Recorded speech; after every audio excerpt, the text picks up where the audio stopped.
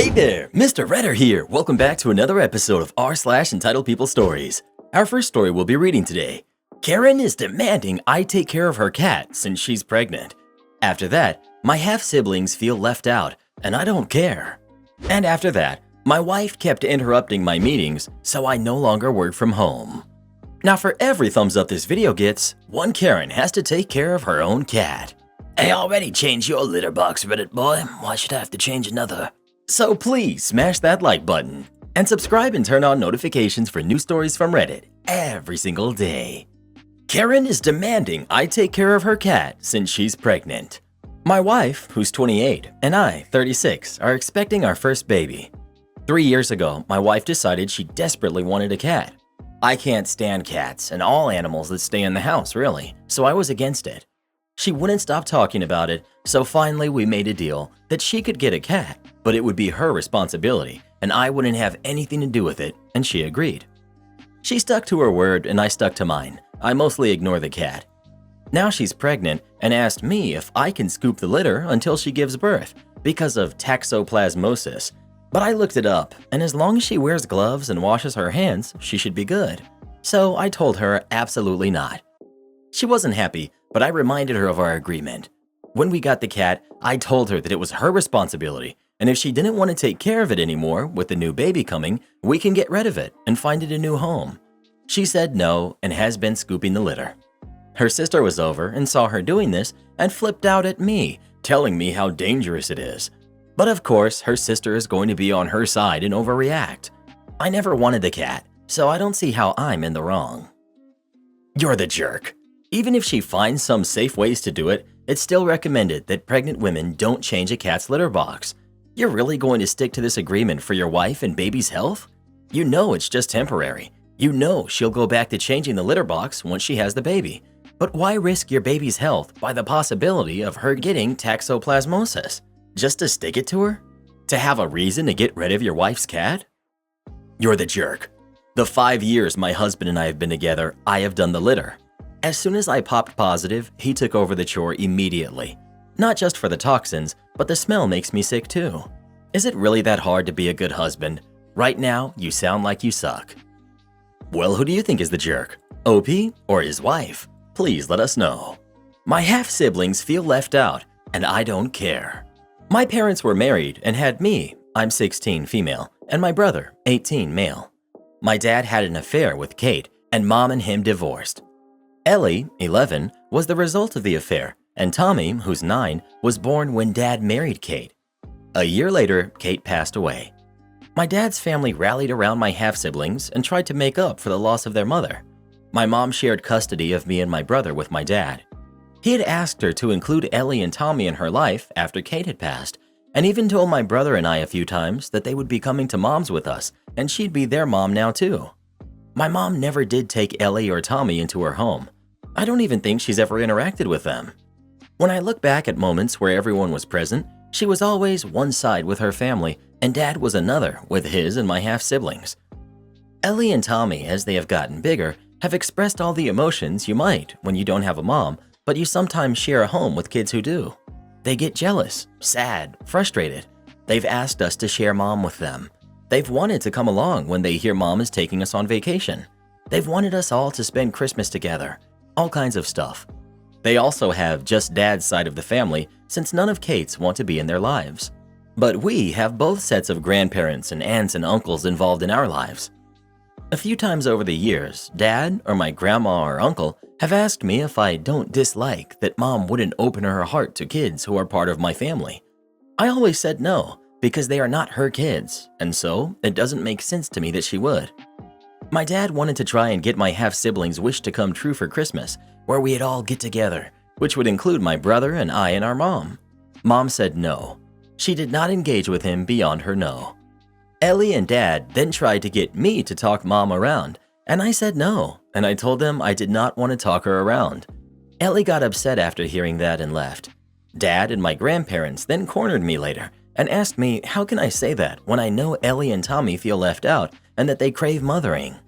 I told them I don't care if they feel left out because it's not my mom's job to mother them, and I would never expect her to do it, and since one can't be fixed without the other thing happening, Like them feeling left out can't be fixed unless they feel like they now have a mom and my mom, then I realized it's not going to happen.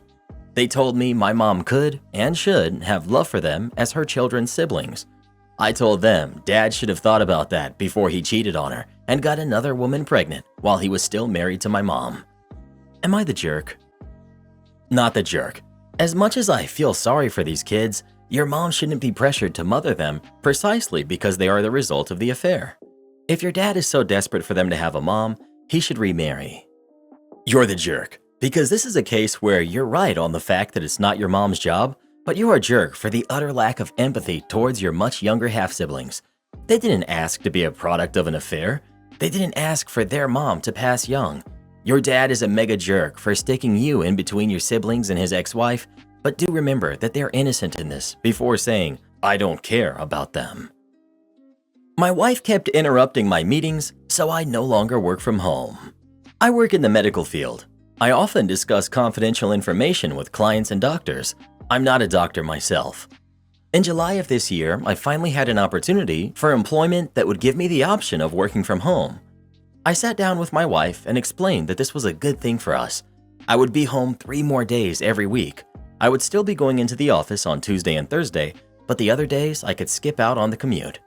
I could help with my daughter in the morning and throughout the day. I could help with supper. I could see my 4-year-old daughter more. Not all the time, of course. I was still going to be working, but our car would be home 3 extra days. My wife could take our car and drop off our daughter with our parents or a sitter if she needed. We talked to my daughter and explained that even though I was home, I could not spend all of my time with her. I explained that if the door was closed, she needed to knock quietly and ask permission to come in, and to accept it if the answer was no. My daughter understood. My wife did not.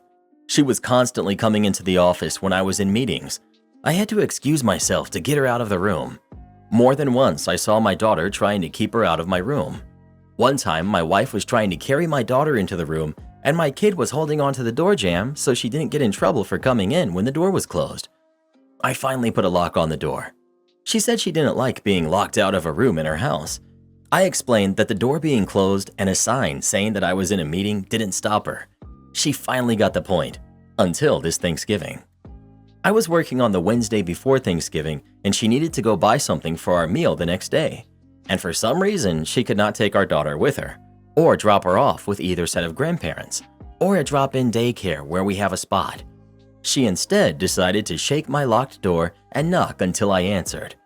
I muted my meeting, opened the door, and told her to leave me alone until the end of the day. She left and texted that my daughter was watching TV in the other room. I talked to my boss, and I went back to work at my workplace starting last week. I hate being away from my daughter and my wife. My wife hates being limited to using Uber on the days that I'm not there, or depending on our parents. Now she's mad at me for going back to the office. I told her that it's her fault for not understanding that I was working from home, not just playing video games in my home office. I feel like a jerk, and she says I am. But I am the sole breadwinner for our family. If I got laid off because of her, we would be in financial hardship. Not the jerk. Working from home is work, not just being home during work hours. Exactly. OP's wife is definitely the jerk. Her husband set clear boundaries, not the jerk. You explained it so clearly that a 4-year-old could understand it.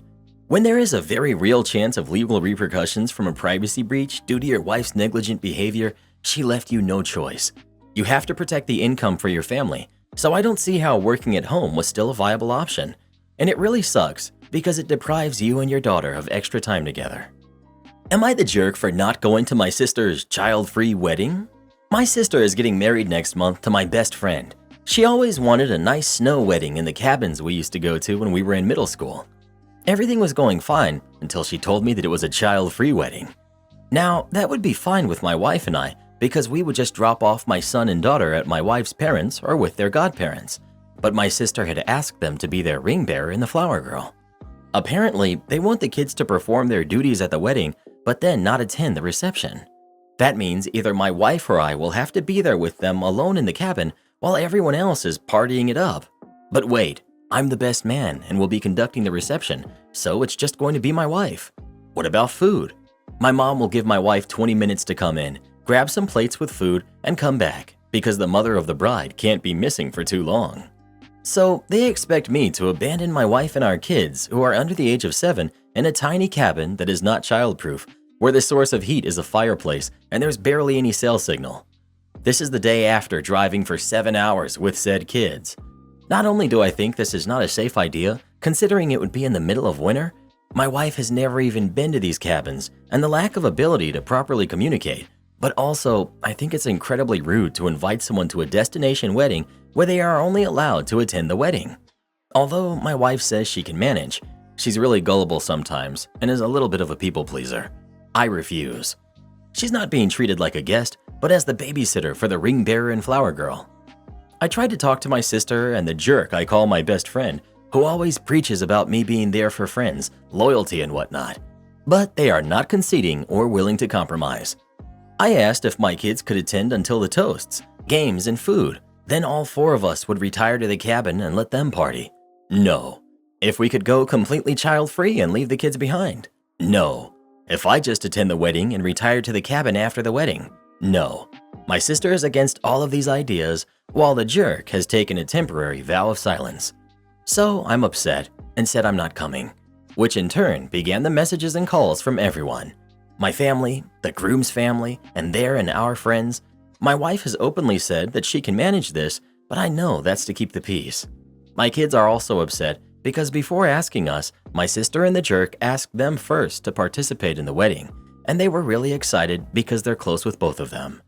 With all of these calls and messages, I feel I'm going crazy, and maybe I am the jerk instead. So, am I the jerk? Not the jerk. If she wants child-free, then she does not need your kids as props. As a parent, you have the right to not attend a child-free wedding without guilt. Tell her she should hire some local kids for the gig. My sister is trying to make me go out to places with her that I don't want to. My sister has just given birth about a month and a half ago, and I went over to help her with the baby and house chores since her husband couldn't take leave from work. The problem is, my sister is an extremely outgoing person and loves going to places and trying out new things.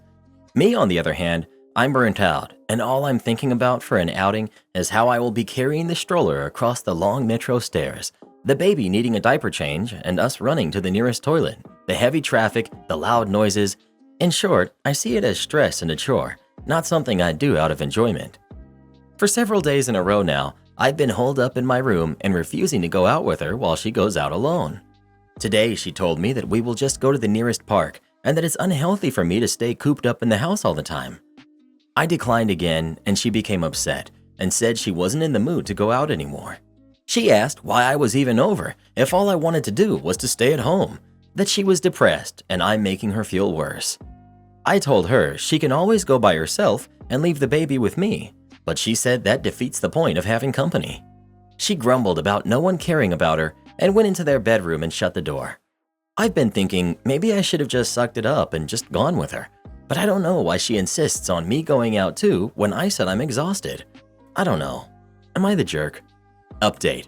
I tried to knock and talk to her, but she still won't talk to me, so I wrote her a letter and slipped it underneath the door. I'm on my way to the hotel until my flight is up.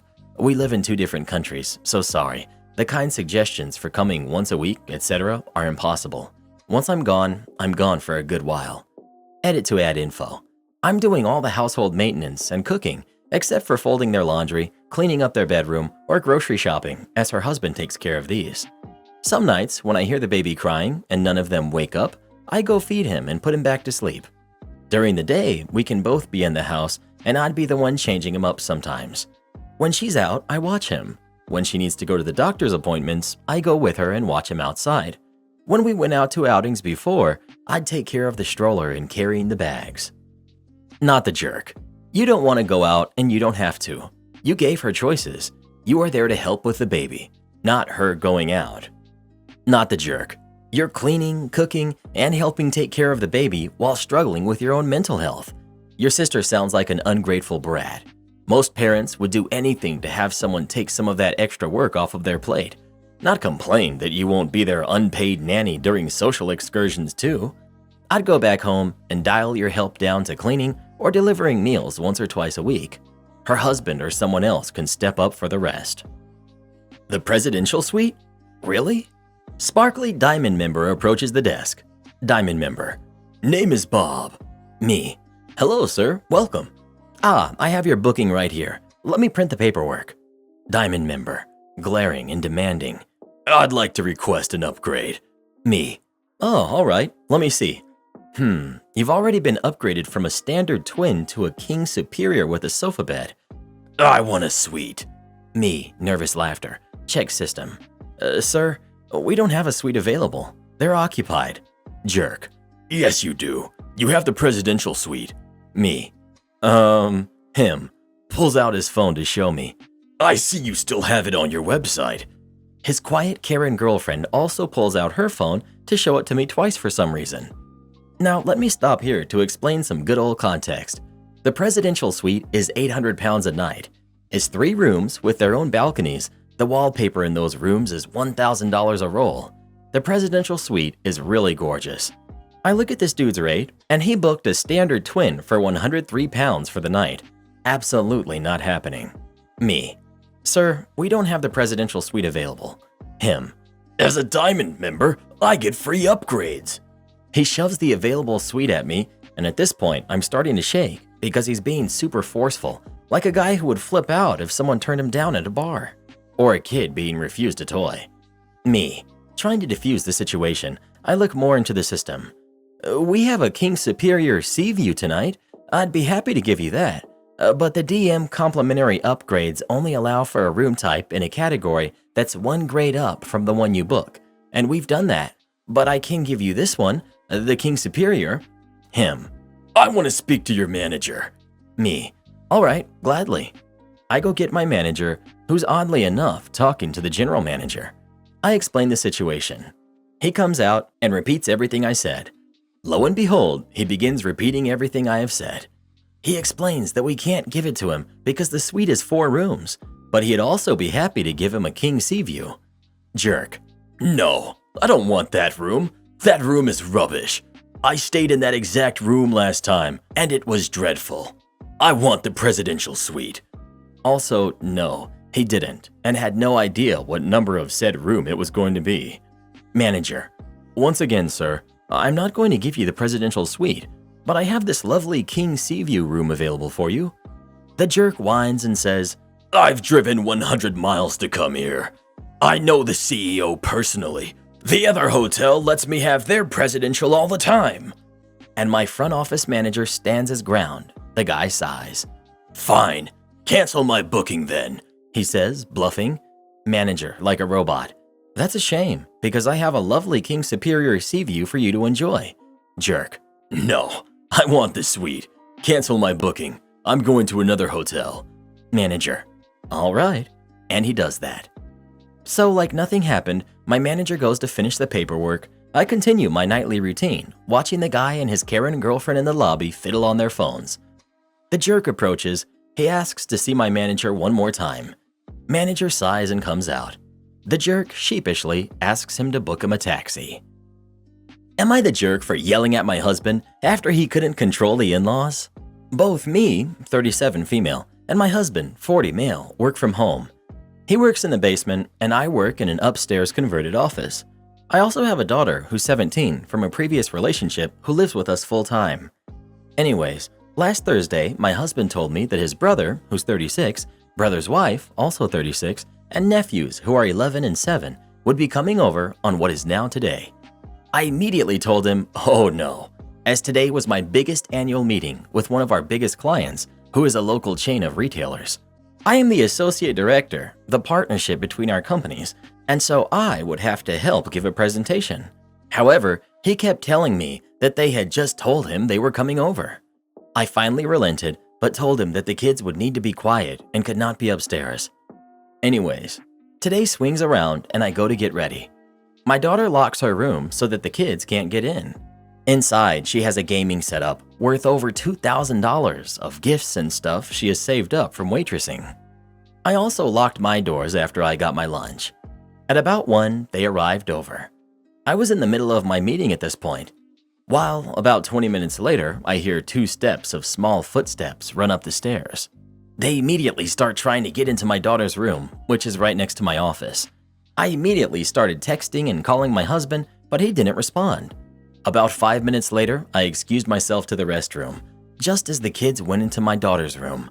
I made them go downstairs and told them not to come back up. A little later, after I got back to my meeting, I could hear the kids screaming from downstairs.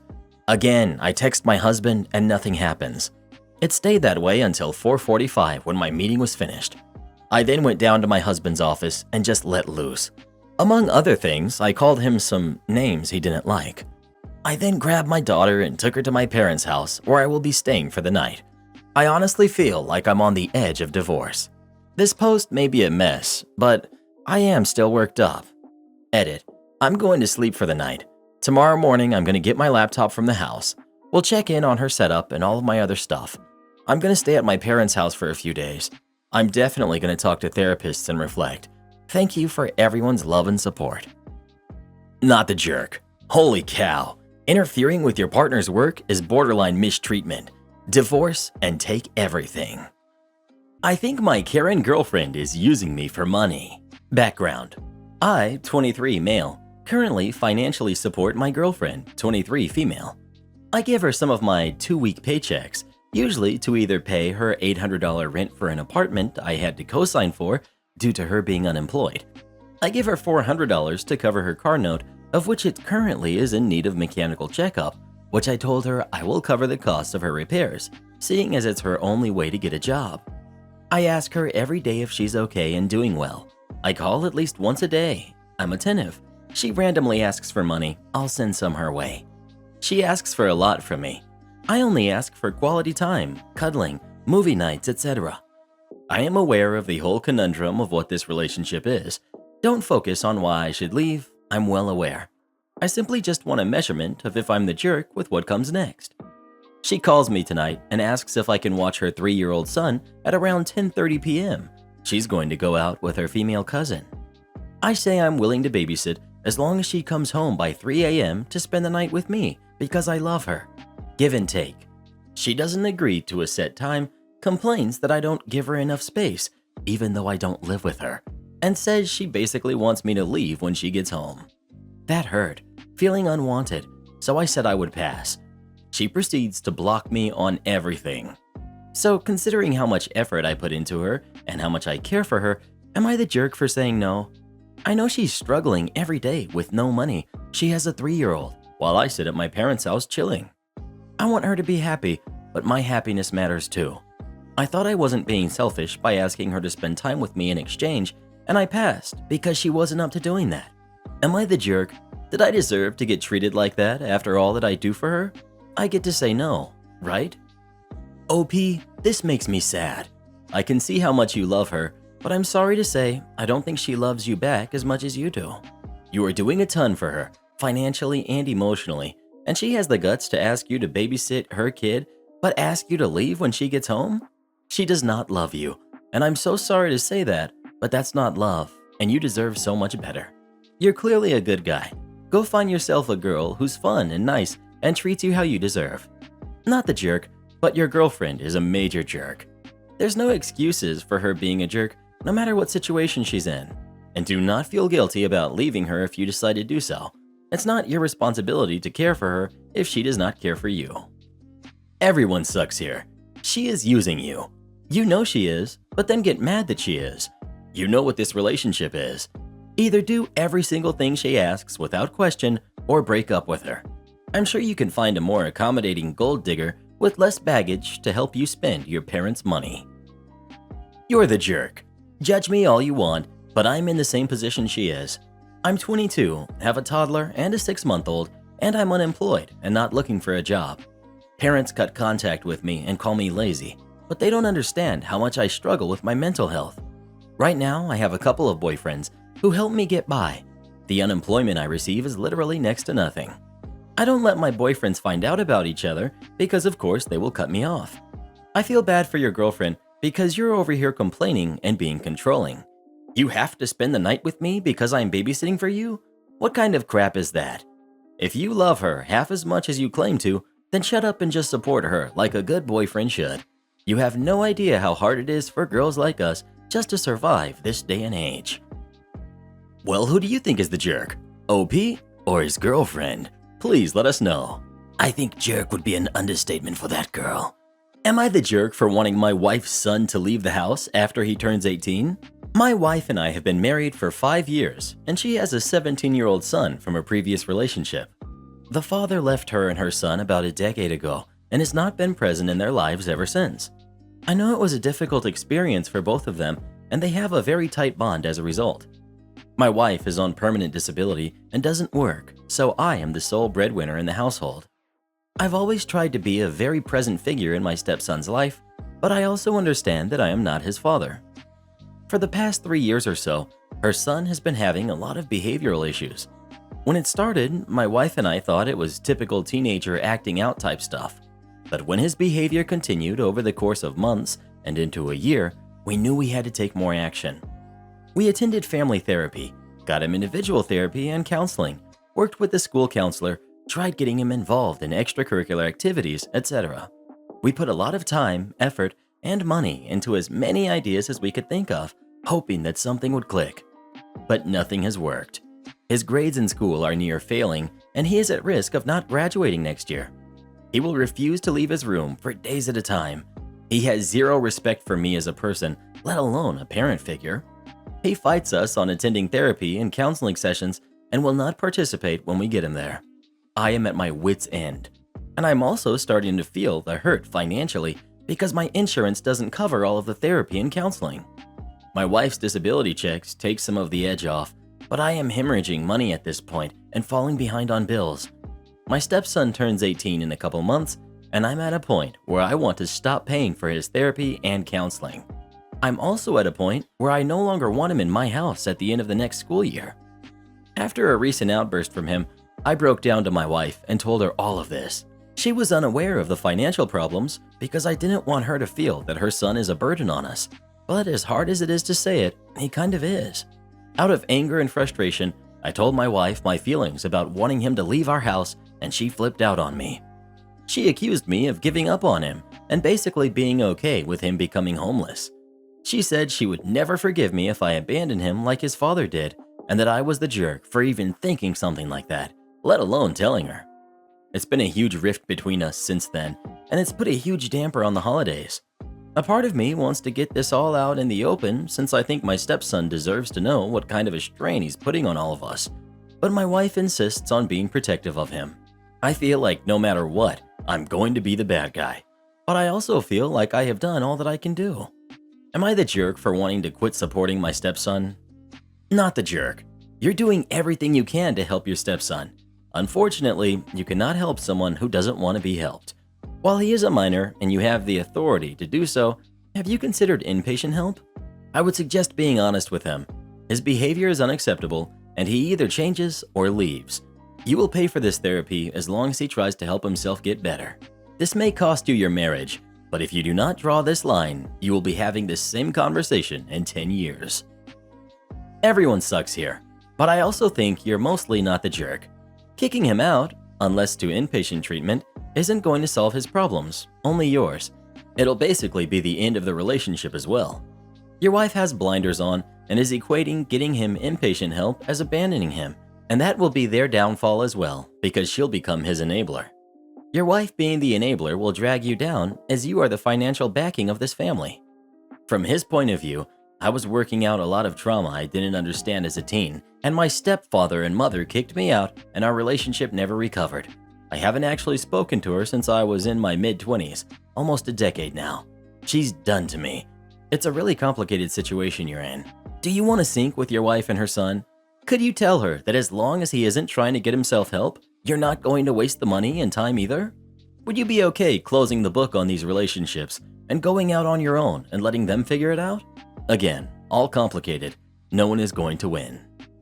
Not the jerk. This is why you don't marry single moms.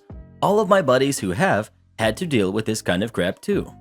Her kid is never going to love you, and she will never love you anywhere close to the way she loves her spawn. Well, what do you think? Is OP the jerk or not? Please let us know. He stuck around longer than I would have, I can tell you that much. Should I put my phone down when someone is trying to talk to me? I work 12-hour shifts and get 2 20-minute breaks. Sometimes during a break, I'll sit and chat with friends I work with. But if none of them are on break, then I sit in a secluded area and go on my phone while I eat my lunch. I feel like my break time is the little personal time I get during the day to decompress a bit. We can't leave the plant, but I still feel like I should be able to do what I want with it. If I want to sit and stare at a wall, that's my prerogative. We're also not allowed to have phones on us when we go on the plant floor, so it's the only time I get to make calls or check texts. There's this guy I'll call Tom. I've been assigned the same machine as him a couple times, and working with him is brutal. I'm always more exhausted after a day of working with him than I normally am. He just talks and talks and talks about everything, but nothing really at all, if that makes sense. Yesterday, my weekend on, I was on break. Nobody I talked to was working, so I found a little two-person table by the wall and ate my sandwich and went on Reddit. Most of the break room was empty. Then Tom came in, sat down across from me, and started babbling about work, production times, and what needed to be done. I was just responding with, and and was still on my phone because I didn't feel like talking to him and I was hoping he'd take a hint. So he brings up football instead, asked if I was checking the score. I said no, that I didn't like football. Why not? I just don't. I never met a guy that didn't like football. Interesting. Then he says, you should really put your phone down when someone's trying to talk to you. It's rude. I said, I only get 40 minutes of break per day. Don't tell me what to do with them. It's bad enough we can't leave the plant, so being on my phone is how I like spending my break. He said, well, break time is supposed to be for getting to know your coworkers. You don't have to be a jerk about it. No wonder you sit by yourself. Then he got up and moved. I told my girlfriend after work, and she thinks the guy is probably lonely and looking for a friend, that I could have been nice to him for 20 minutes instead of basically telling him to go away. I feel like just because we work together doesn't make us friends. I'm there to get a paycheck. I don't want to move up or anything. And who wants to talk about work while they're on break?